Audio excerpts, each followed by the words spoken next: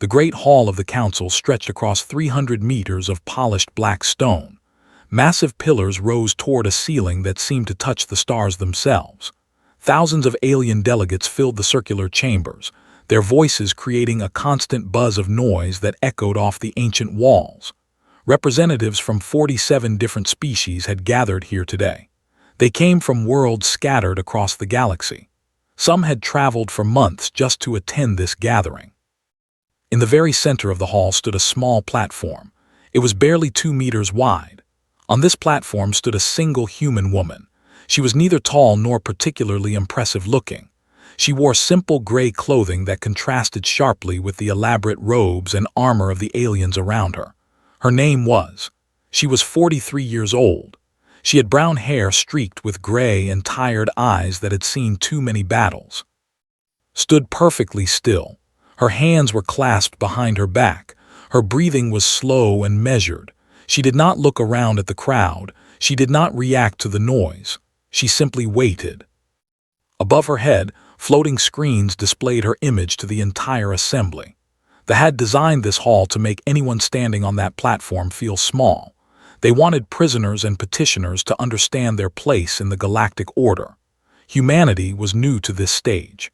They had only discovered faster-than-light travel 60 years ago. To the older races, humans were children playing in a game they did not understand. "Look at her," said High Counselor, his 4 arms gesturing dramatically toward. His blue skin decorated with golden patterns that indicated his status. His voice boomed through the hall thanks to the amplification systems built into the walls. "The humans send us this creature to represent their entire species, a female of their kind. She stands there like a broken machine. Perhaps her brain has stopped functioning." Laughter rippled through the crowd. They were known for their cruel humor. They had ruled this sector of space for 9,000 years. They saw themselves as the natural leaders of all intelligent life. The arrival of humanity had annoyed them greatly. Did not react to the insult. She continued to stand perfectly still. "Maybe she does not understand our language," suggested Counselor, a smaller who served as advisor. "These humans claim they have translation devices, but perhaps they are lying. They lie about many things." "She understands perfectly," replied with a dismissive wave. "Our spies have confirmed their technology works well enough. No, she simply has nothing to say. Her species knows they are defeated. Their fleet is surrounded. Their home world is within our reach. They have no allies, no hope, and no future."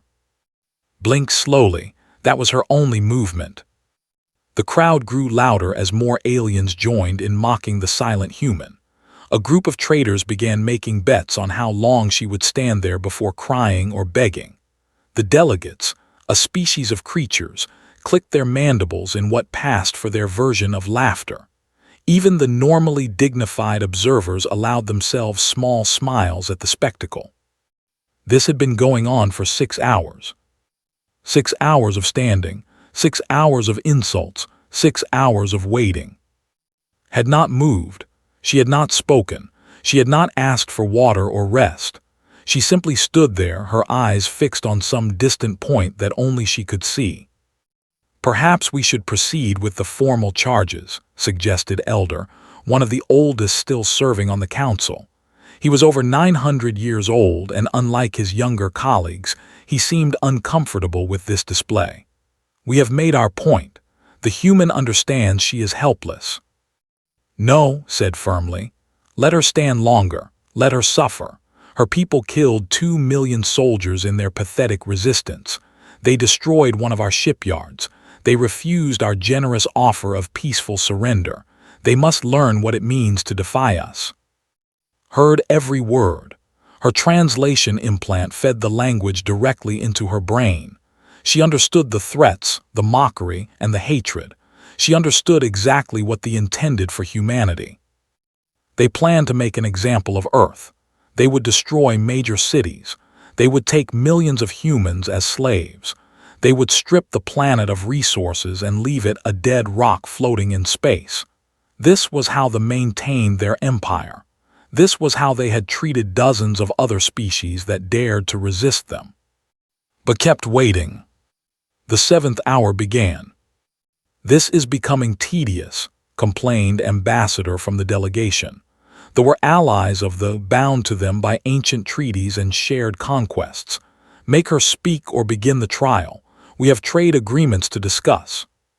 Frowned, he had expected the human to break long before now. Every other species had. The ambassador had collapsed after only 2 hours of standing.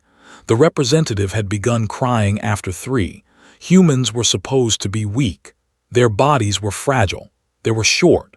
How was this woman still standing? "Human," called out, his voice sharp and commanding. "You will address this council. You will explain why your species has committed acts of war against the Empire. You will beg for mercy. Do this now, or your world will burn tomorrow instead of next week." Remained silent. Her eyes slowly moved to focus on. For a long moment she simply looked at him. Her expression was completely calm. "She's broken," whispered to his master. "Her mind has snapped under the pressure. We should have a healer examine her before the trial continues." "No," said, but there was uncertainty in his voice now. He had seen many prisoners in his long career. He knew what broken looked like. This human was not broken. There was something in her eyes, something patient, something waiting. It made him uncomfortable. "Human female," tried again, forcing his voice to remain steady. "You test our patience. Speak now or face the consequences. We are not known for our mercy, but we might spare a few of your cities if you cooperate. Think of your people." Tilted her head slightly to one side. It was the first significant movement she had made in hours. Several aliens in the crowd leaned forward, expecting her to finally respond. Instead, she closed her eyes for a moment. When she opened them again, she looked directly at with an expression that seemed almost pitying. Then she returned to her original position and continued waiting. The crowd erupted in confused noise. Some laughed, others shouted insults. A few seemed genuinely disturbed by her behavior. Why would a prisoner, facing the destruction of her entire species, choose to remain silent? What could she possibly gain from this strategy? Felt anger rising in his chest. He had conquered hundreds of worlds. He had brought dozens of species to their knees. He would not be ignored by some primitive human female. "Guards," he ordered, "remove her translator implant. Perhaps she will find her voice when she cannot understand our generous offers." 2 soldiers, each standing over 2.5 meters tall, approached the platform. They wore heavy armor and carried energy weapons that could vaporize a human in seconds. They stepped onto the platform and grabbed by both arms. She did not resist. She did not struggle. She simply looked at them with those calm, patient eyes. One guard reached toward her head to remove the implant device attached behind her ear. His hand was centimeters away when finally spoke. "That would be unwise." Her voice was quiet, but somehow it carried through the entire hall. The crowd fell silent immediately. Even the constant background noise of whispered conversations stopped completely. "She speaks," said triumphantly. "Finally, the human finds her courage. Tell us, creature, why would removing your translator be unwise? Do you fear being unable to beg for mercy?" Looked at the guard whose hand still hovered near her head. "The implant is connected to my nervous system," she said calmly. "Removing it without proper medical procedures would kill me instantly." The guard hesitated, looking toward for guidance. "And why should we care if you die?" asked with a cruel smile. "Your death would simply be the first of many." "Because," said, her voice still perfectly calm, "if I die, you will never get the information you need." Laughed. "What information could a human possibly have that we would want? We have already captured your fleet's communication codes. We know the locations of your colonies. We have complete maps of your home world. Your species has nothing left to offer except surrender." "Is that what you believe?" asked. There was something new in her voice now, not fear, not desperation, something else entirely. She looked around the hall slowly, taking in the thousands of alien faces staring at her. She saw the mockery in their eyes. She saw the contempt. She saw species that had survived by conquering and destroying anyone who stood against them. And then she smiled. It was a small smile, barely visible, but it sent a chill through his body that he could not explain. "Human," he said, his voice slightly less confident than before, "what are you smiling about? You stand alone against the greatest military power in the galaxy. Your fleet is trapped. Your home world is surrounded. You have no allies. You have no hope. What could possibly make you smile?" Smile grew slightly wider. "I'm smiling," she said, "because you made a mistake." "What mistake?" demanded, stepping forward. "What could we have possibly overlooked?" Looked at him, then then at the hundreds of delegates watching from their seats. "You assumed," she said slowly, "that we sent me here to negotiate." The hall fell completely silent. Even the environmental system seemed to quiet down.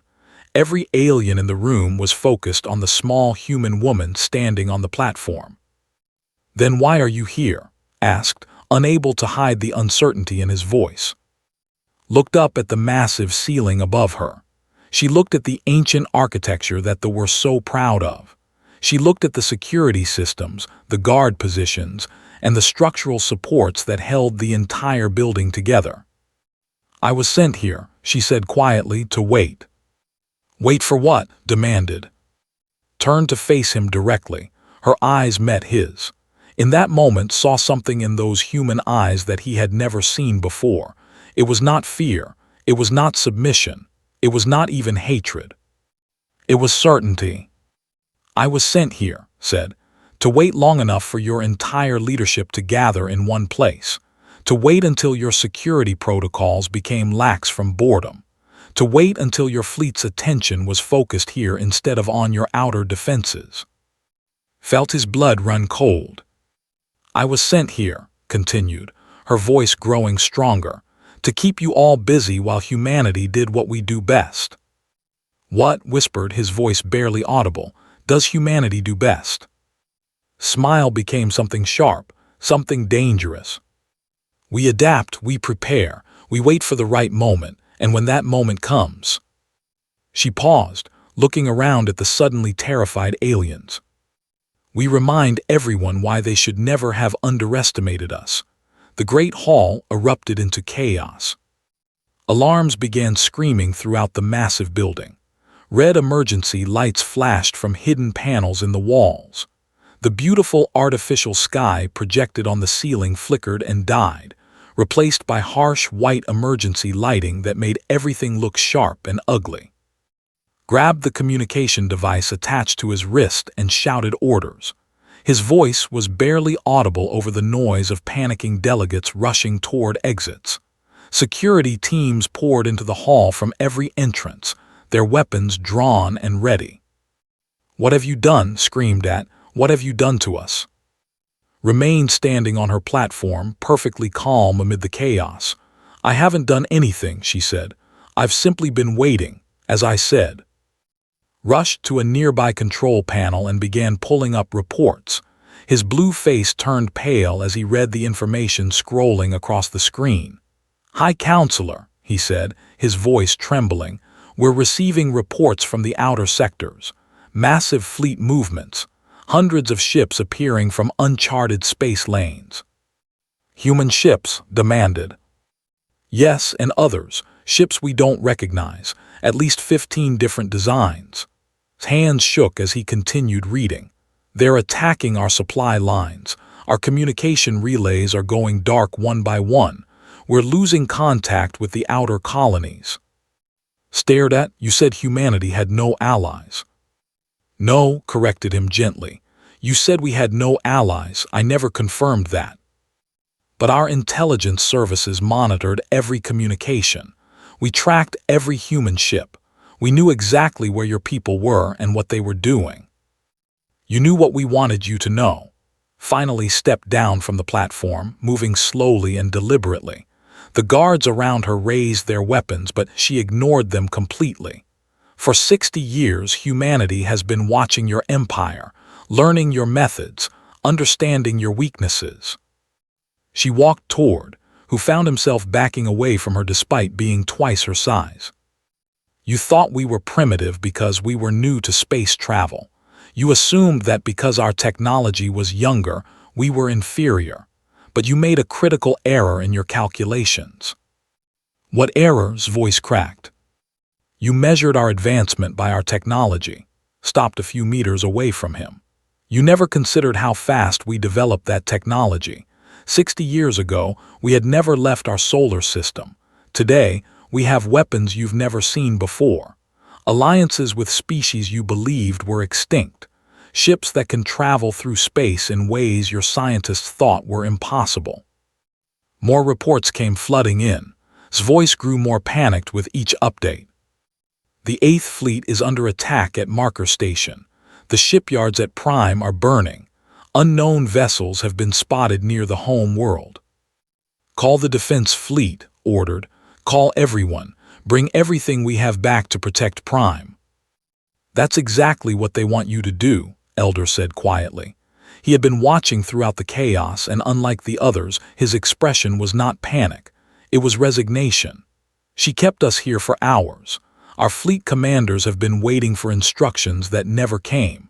Our battle groups are scattered across the sector, focused on containing the human territory we thought we controlled. Nodded respectfully toward the old alien. The elder understands. Approached her slowly. His ancient body moved with difficulty, but his eyes were sharp. How long have you been planning this? Since the day your empire first threatened Earth, replied. 58 years ago, your ambassador came to our world. He demanded surrender. He showed us what happens to species that resist. He expected us to submit like every other civilization your empire has encountered. But you didn't. We smiled and nodded and pretended to consider his offer. We asked for time to prepare our people for integration into your empire, and you gave us that time because you believed we were afraid. Let out a long breath. We gave you 60 years to prepare for war. You gave us 60 years to build a resistance network spanning the galaxy, to find other species who hate your empire as much as we do, to develop weapons specifically designed to counter your technology, to place agents in your supply chains, your communication networks, and your military command structure. The reports continued coming in. Each one was worse than the last. Military bases across the sector were going silent. Fleet positions were compromised. Strategic reserves were ambushed before they could mobilize. It was as if the enemy knew exactly where every asset was located. Because they did. The intelligence leak, gasped. The security breach last year, we thought we contained it. You contained what we wanted you to find, said. The real data extraction had been happening for decades. Every military code, every fleet position, every defense protocol. We have copies of your entire strategic database. Grabbed a weapon from a nearby guard and pointed at its head. I will kill you myself. Your death will be the beginning of humanity's punishment. Did not flinch. She looked at the weapon with complete calm. You can kill me, she said. It won't change anything. I'm not the commander of this operation. I'm not even particularly important. I'm just someone who's very good at waiting. Then who is in command? Demanded. Right now. Probably Admiral, who is currently leading the main fleet against your home world defenses. Or General, who is coordinating the ground assaults on your military installations. Or any of the dozen other commanders who have spent their careers preparing for this moment. Smiled again. But the real answer is that nobody is in command, not in the way you understand it. Our military doesn't rely on single leaders. We trained every soldier, every pilot, and every officer to think independently, to adapt to changing situations, to continue the mission even if communication is cut off. She gestured at the chaos around them. Your empire depends on central authority, on strict hierarchies, on orders flowing from the top down. When we cut those communication lines, your military starts to collapse. Your officers don't know what to do without instructions from their superiors. Our officers are trained warriors, protested. They will fight. Some will, but they'll be fighting without coordination, without unified strategy, without knowing where their allies are or what they should be protecting. Meanwhile, every human unit knows exactly what their mission is and how to accomplish it. A massive explosion shook the building. The lights flickered. Parts of the ceiling began to crack. The ancient structure groaned under stress it was never designed to handle. The hall is under attack, a security officer reported. Human dropships have landed on the roof. Ground forces are breaching the upper levels. Lowered his weapon slightly, his mind struggling to process everything happening around him. His empire had stood for 9,000 years. It had conquered thousands of worlds and trillions of beings. The idea that a species as young as humanity could threaten it seemed impossible. And yet here he was, watching it happen. Why, he asked, why fight us? You could have joined our empire, you could have had peace. We offered you protection, trade, and technology. His expression hardened. You offered us slavery. You offered to strip away everything that makes us human, our freedom, our independence, our right to determine our own future. Those are just words, abstract concepts. They mean nothing compared to survival. They mean everything, said firmly. Your empire never understood that. You thought that because other species submitted to save themselves, humans would do the same. But we're different. We've spent our entire history fighting for those abstract concepts, fighting against tyranny, fighting against oppression, fighting against anyone who tries to tell us what we can and cannot be. Another explosion, closer this time. Sometimes we lose those fights, continued. Sometimes we make terrible mistakes. Sometimes we're our own worst enemies, but we never stop fighting. We never surrender our hope. And we never ever forget what we're fighting for. The doors to the hall burst open. Human soldiers in dark combat armor poured into the room, moving with precise coordination. They secured the exits, neutralized the guards with lethal weapons, and established a defensive perimeter around the remaining delegates. A tall woman in an officer's uniform approached and saluted. Commander, area secured. The High Council is under our protection. Nodded casualties. Minimal on both sides. We used sonic weapons and neural disruptors as planned. The military is surrendering across the sector. They're confused and demoralized. Good, turned back to, who was staring at her with a mixture of horror and bewilderment. Commander, he repeated, you said you weren't important. I said I wasn't the commander of this operation. I'm not. I'm the commander of the diplomatic mission. My job was to keep you distracted and gather final intelligence. The military commanders handled the actual assault. Shook his head slowly. You stood there for 7 hours, you let us mock you, you let us threaten you with death, and the whole time you were in charge. I was doing my job, said simply. Every minute I kept you focused on me was another minute my people had to prepare.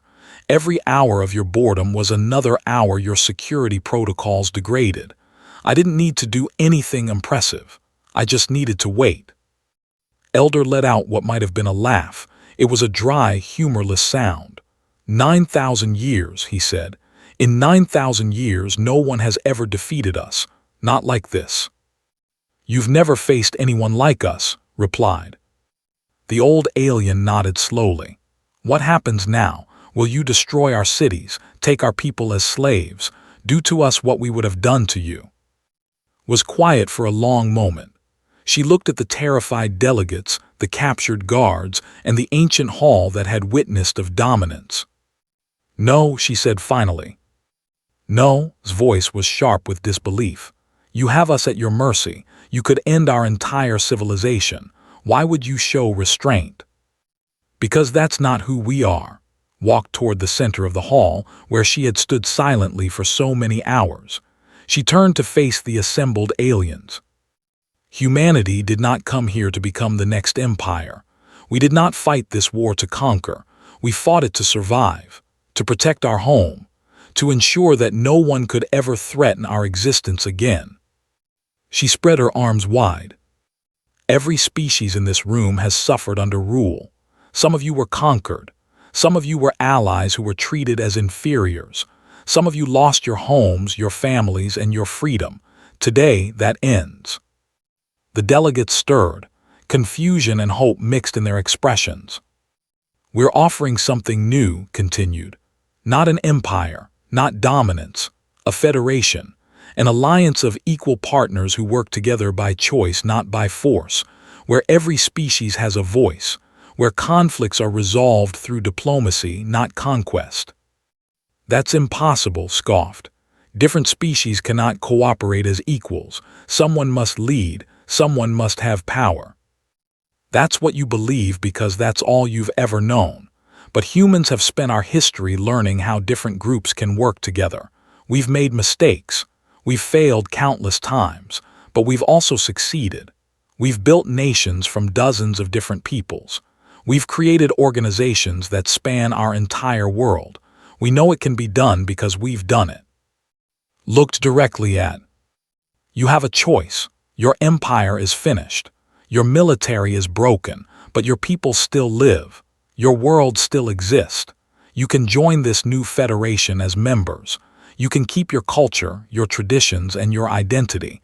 You'll just have to accept that you're no longer the rulers of everything.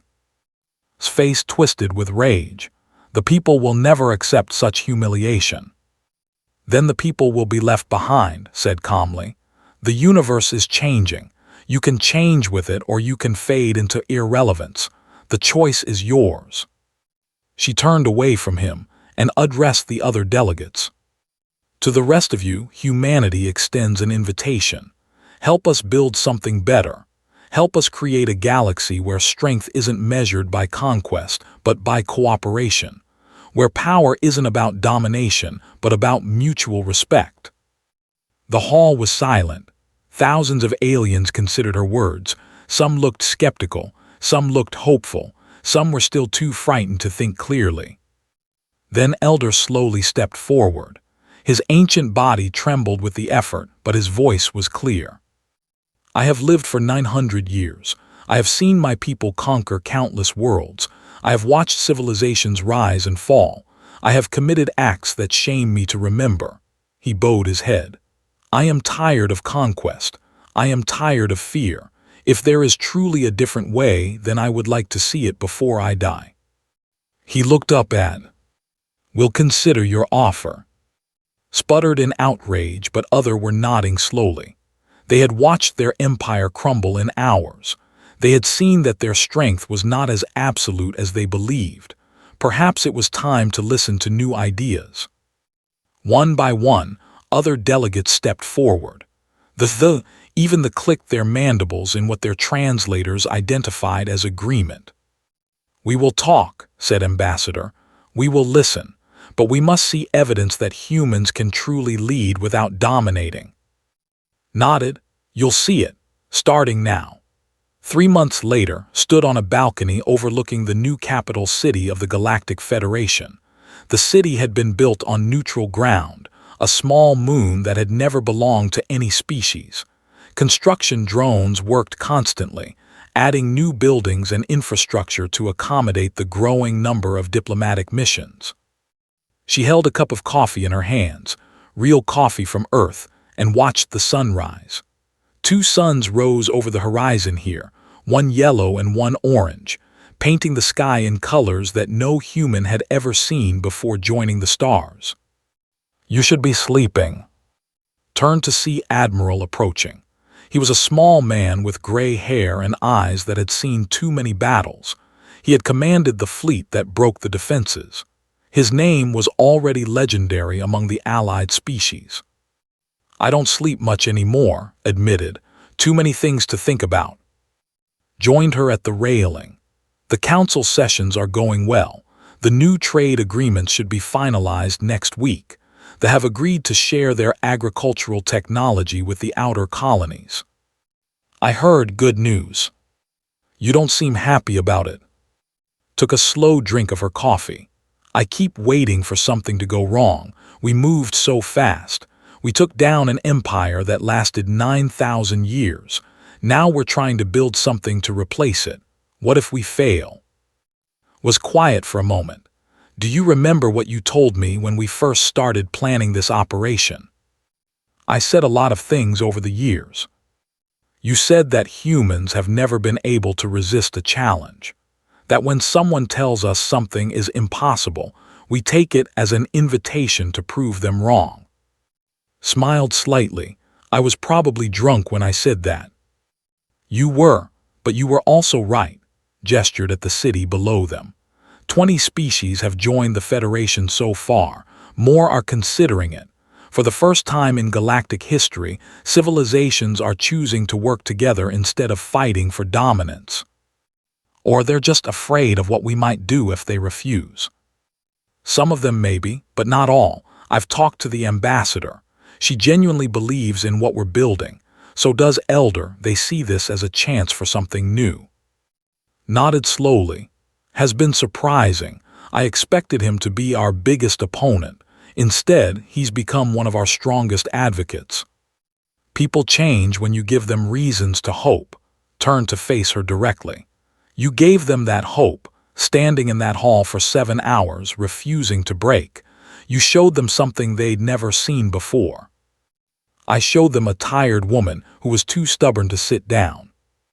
You showed them that humans don't give up, that we keep fighting even when everything seems lost, that we believe in ourselves even when no one else does. That's worth more than any weapon or fleet. Was silent for a long time, watching the city grow beneath her. My grandmother told me stories when I was young, she finally said. Stories about the old days on Earth, wars that lasted generations, hatred that passed from parent to child, people who destroyed each other over differences in skin color, religion, or language.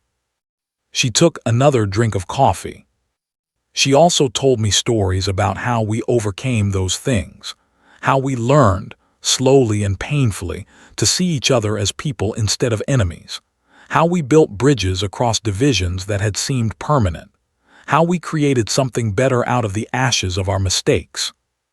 Is that why you believe the Federation can work? It's why I know it can work. We've done it before, not perfectly. We still have problems back on Earth. We still fight and disagree and hurt each other, but we also cooperate, we share. We build together. If humans can learn to do that, then any species can. A shuttle flew overhead, carrying delegates to the morning council session. Its hull was marked with symbols from 12 different civilizations, a new design that represented the Federation itself. I received a message from High Counselor this morning, said. His expression hardened slightly. What does he want? He's asking to address the council. He wants to formally apologize for the Empire's actions and announce his support for the Federation Charter. 3 months ago, he wanted to burn Earth to ashes. 3 months ago, he thought he was invincible. Now he understands that the universe is bigger than any single species. That's a difficult lesson, but he seems to have learned it. Finished her coffee and set the cup on the railing. Do you believe his change of heart is genuine?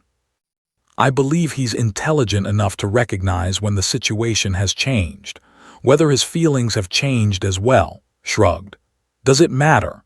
If he supports the Federation publicly, others will follow. Eventually, actions can change beliefs. Or he could be playing a long game, waiting for the right moment to reassert dominance. Also possible. That's why we have safeguards in place. No single species can control the Federation. Decisions require consensus from multiple members. The military is structured to prevent any group from gaining too much power. We learned from the mistakes of history.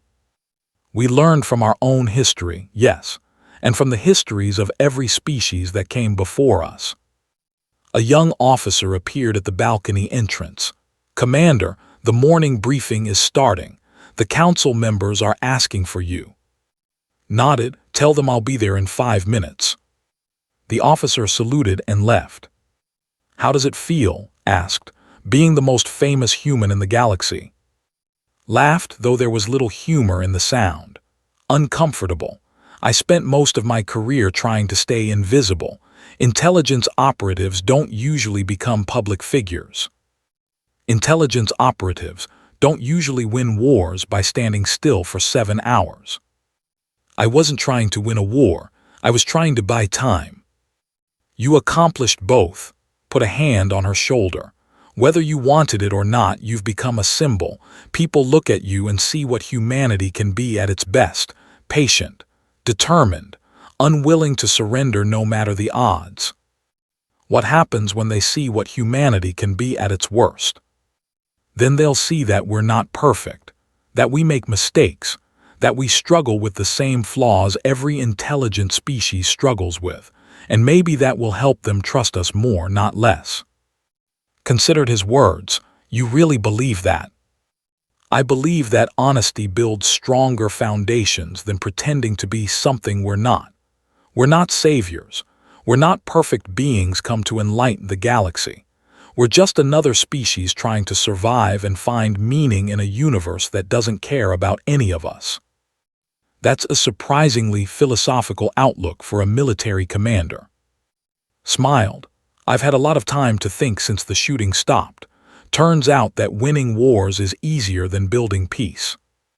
They walked together toward the council chambers, passing through corridors filled with beings from dozens of different worlds.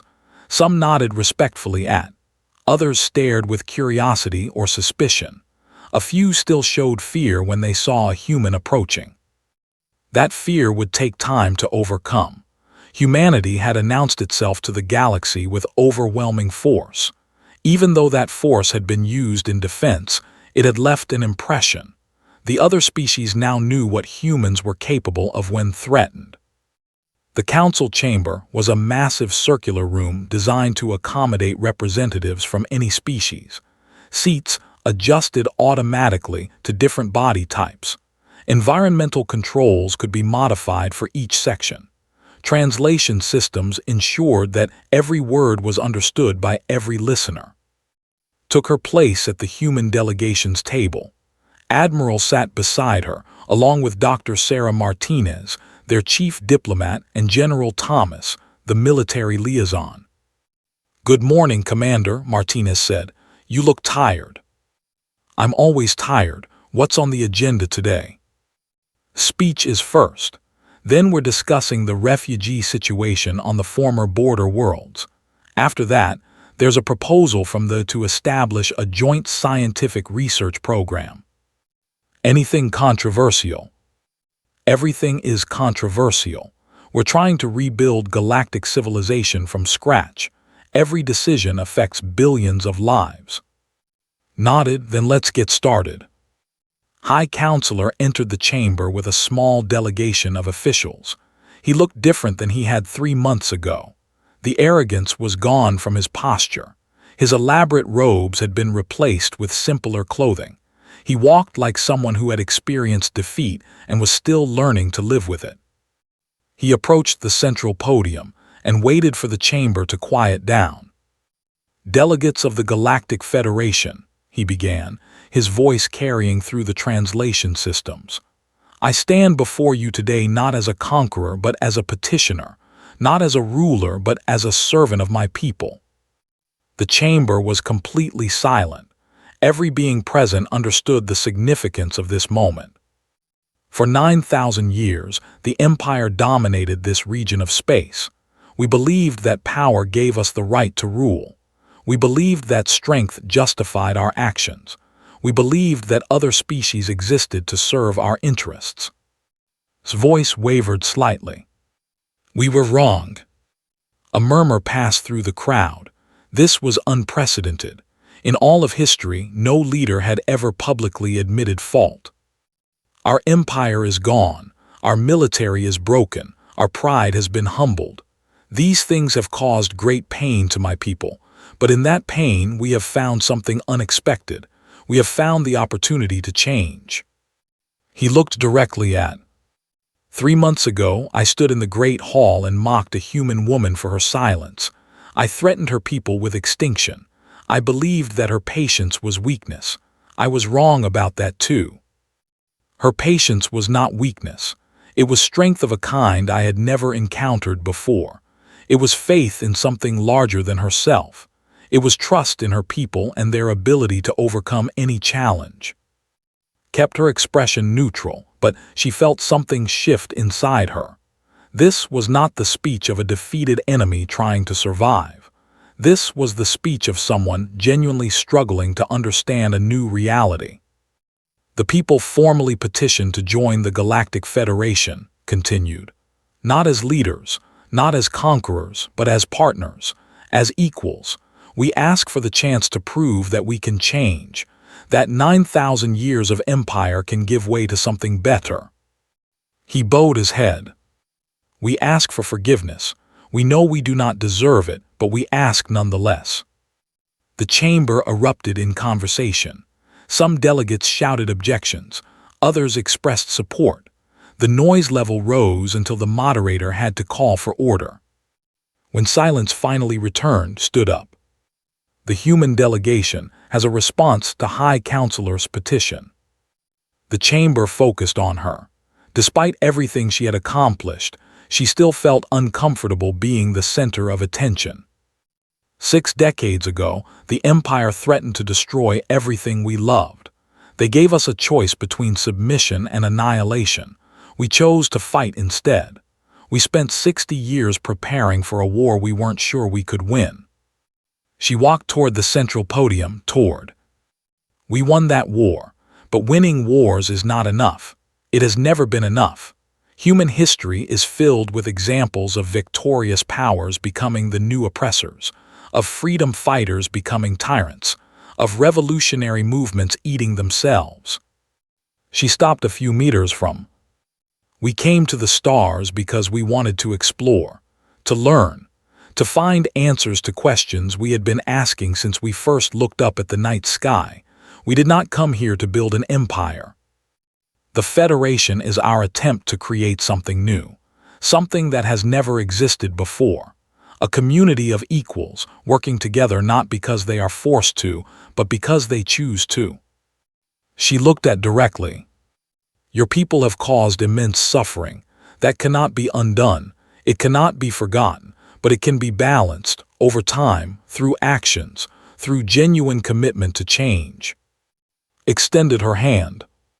"The human delegation supports petition to join the Federation. We believe in second chances. We believe that people can change. We believe that the future can be better than the past." Stared at her hand for a long moment.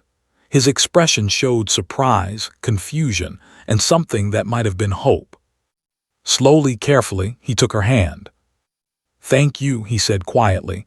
"I will try to deserve this." "Actions speak louder than words," replied. "Show us who they can be when you're not trying to conquer everyone." She released his hand and turned back to the chamber. "The Federation is not about forgiveness. It's about building something better. Every species here has made mistakes. Every civilization has dark chapters in its history. What matters is what we do next." She looked around at the assembled delegates, at beings from dozens of different worlds who had come together to try something unprecedented. "We humans have a saying. It comes from a very old story about a mythical bird that dies in flames and is reborn from the ashes. We call it the phoenix. The Empire is dead. Its ashes are scattered across the galaxy, but from those ashes something new can rise, something better, something that honors the best possibilities of every species instead of the worst." Walked back to her seat. "Let's build that something together." The vote was held that afternoon, was admitted to the Federation by a margin of 43-7. It was not unanimous, but it was overwhelming. That evening stood alone on the balcony again, watching the twin suns set. The sky turned colors that reminded her of fire, of destruction, and of rebirth. A voice came from behind her. "Is this where you come to hide from everyone?" She turned to see Elder approaching, his ancient body moving with painful slowness. "I'm not hiding, I'm thinking." "Same thing for people like us," joined her at the railing. "I watched you today. You gave my people a chance they did not deserve." "Everyone deserves a chance. Even those who would have exterminated your species." Was quiet for a moment. "Especially them, because if we can find a way to live together with our worst enemies, then we can find a way to live together with anyone." Made a sound that might have been a laugh. "You humans are strange.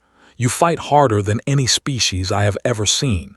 You refuse to give up even when defeat is certain. And yet you also forgive more easily than anyone I have ever known. We're complicated." "You are. That complexity may be your greatest strength." The old alien looked out at the setting suns. "I have lived for 900 years. I have seen civilizations rise and fall. I have watched species evolve and go extinct. In all that time, I have never seen anything like what is happening here. We're just getting started." "Yes, and that is what terrifies the old powers of the galaxy. Not your weapons, not your fleets, but your ideas, your belief that things can be different, your refusal to accept that the future must repeat the past." Smiled slightly. "Is that why you supported us? Because our ideas frighten you less than the alternative?" "I supported you because I am tired of being part of a civilization that destroys others. I want my final years to be spent building something instead of tearing things down. You humans offered me that chance." They stood in comfortable silence as the suns finished setting. Stars began to appear in the darkening sky. Somewhere out there, Earth was orbiting its own sun, the birthplace of a species that had changed the galaxy. "I should warn you," said eventually. "Not everyone in the Federation believes in your vision. There are those who joined only because they fear your military power. There are those who are waiting for you to make mistakes. There are those who will try to turn this experiment to their own advantage." "I know, we expected that. Do you have plans to deal with them?" Looked at him with a slight smile. "We have plans for everything. We're humans. Planning is what we do." "And waiting." "That too." Nodded slowly. "Then I will watch with interest. Whatever happens next, it will certainly be extraordinary." He turned and shuffled back toward the building, leaving alone with the stars. She stood there for a long time, thinking about the future, about the challenges still to come, about the mistakes they would inevitably make, about the victories they would celebrate and the defeats they would endure. But mostly, she thought about the question she had never finished asking in the Great Hall, the question that had frozen's blood and announced the beginning of the end for his empire. "Is this where you thought the story would end?" Because for humanity, it was only the beginning. Far below, the city continued to grow. Lights came on in new buildings. Shuttles flew between the surface and the ships in orbit. Beings from dozens of species went about their lives, unaware that above them, a single human woman was watching the galaxy they were all building together. Finished her coffee and went back inside. There was work to do. There was always work to do. But for the first time in decades, that work filled her with hope instead of dread. They had survived the darkness. Now it was time to see what they could create in the light. The phoenix had risen, and its fire would illuminate the entire galaxy.